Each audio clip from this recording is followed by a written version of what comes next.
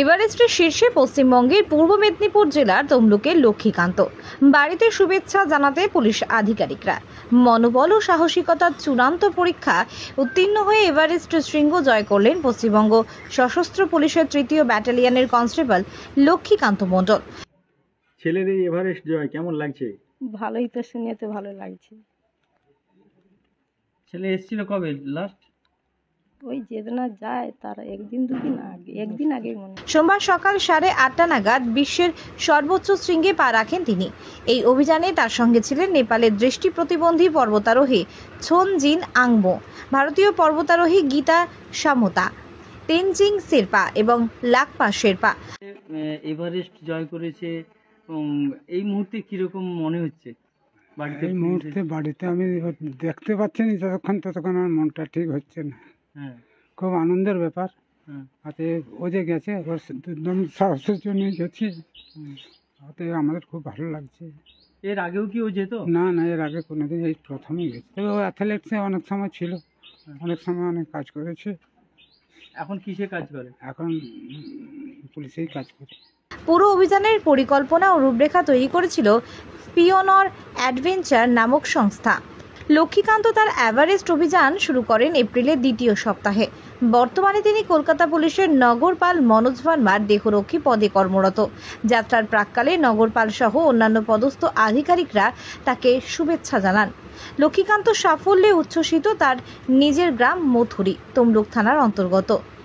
আমার খুব শুনে খুব আনন্দ হচ্ছে যে একটা এভারেস্ট জয় মানে একটা সম্মানের সর্বোচ্চ শিখরে পৌঁছে যাওয়া। এতে আমরা খুব আনন্দিত এবং খুশি। আরও ভালো করুক, ওর জীবন আরও ফ্রুটফুল হোক, এটি আমরা আশা করি। পুলিশের কাজ করতো? হ্যাঁ, পুলিশের চাকরি করে। সেটা করে এটা একটা দুষ্কর ব্যাপার। হ্যাঁ, যেটা আমরা ভাবতে পারিনি যে আমাদের মতো এরকম পাড়া গাঁয়ের ছেলে এরকম একটা জায়গায় পৌঁছতে পারবে, এটা আমরা ভাবতেও পারিনি। আজকে খুবই আনন্দ লাগছে যে আমাদের একটা কতটা আমরা আমাদের সঙ্গে আমাদের সম্মান, কতটা একটা সম্মানের জায়গায় আমরা পৌঁছলাম। সোমবার সকালেই তার শৃঙ্গ জয়ের বার্তা গ্রামে পৌঁছানোর পর আনন্দে ভাসে গোটা এলাকা। পূর্ব মেদিনীপুর জেলা পুলিশের পক্ষ থেকে তৎক্ষণাৎ তার বাবা মাকে সংবর্ধনা জানানো হয়। উপস্থিত ছিলেন তমলুক মহকুমার পুলিশ আধিকারিক আফজল আবরার, তমলুক থানার আইসিসি সুভাষ চন্দ্র ঘোষ। তাদের ফুল মিষ্টি দিয়ে শুভেচ্ছা জানান তারা। কনস্টেবল লক্ষ্মীকান্ত মণ্ডল 3rd ব্যাটালিয়নে পোস্টেড আছেন, আর উনি আমাদের সিপি মাননীয় মনোজ ভার্মা আইপিএস সাহেবের কাছে ছিলেন। তো এইটা একটা huge achievement for police department as well as আমাদের এই গ্রামের বা পূর্ব মেদিনীপুর বলতে পারেন। কারণ আপনারা দেখতেই পাচ্ছেন যে এই গ্রাম থেকে একটা ছেলে এই লেভেল অবধি পৌঁছেছে। তো এই অ্যাচিভমেন্টটা মানে এমন একটা অ্যাচিভমেন্ট যেটা মানে কেউ কল্পনাও করতে পারবে না। তো আপনারা সবাই জানেন যে এটা একদিনে সম্ভব হয় না, এর পিছনে অনেক পরিশ্রম করতে হয়, অনেক টাকা পয়সাও খরচা হয়, অনেক টাইম ইনভেস্ট করতে হয়। তো ও পুরোপুরি এইটাতে স্টার্টিং থেকে লেগেছিল, আর আমরা আমাদের পুলিশ ডিপার্টমেন্টের তরফ থেকে ফুল সাপোর্ট করেছি।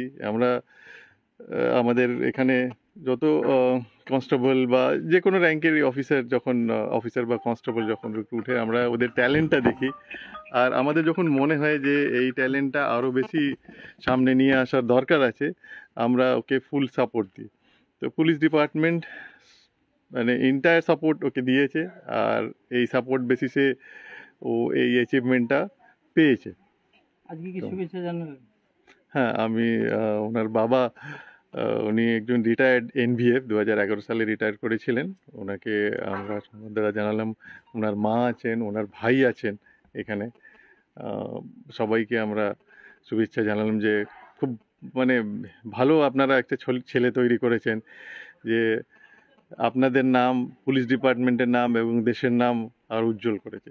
হ্যাঁ, দাদা হচ্ছে বরাবরই ও জিওগ্রাফি নিয়ে পড়তো, আর হচ্ছে প্রকৃতি সম্বন্ধে একটু মানে কিছু নতুন চিন্তা ভাবনা বা কিছু নতুনত্ব আবিষ্কারের আগ্রহ ছিল।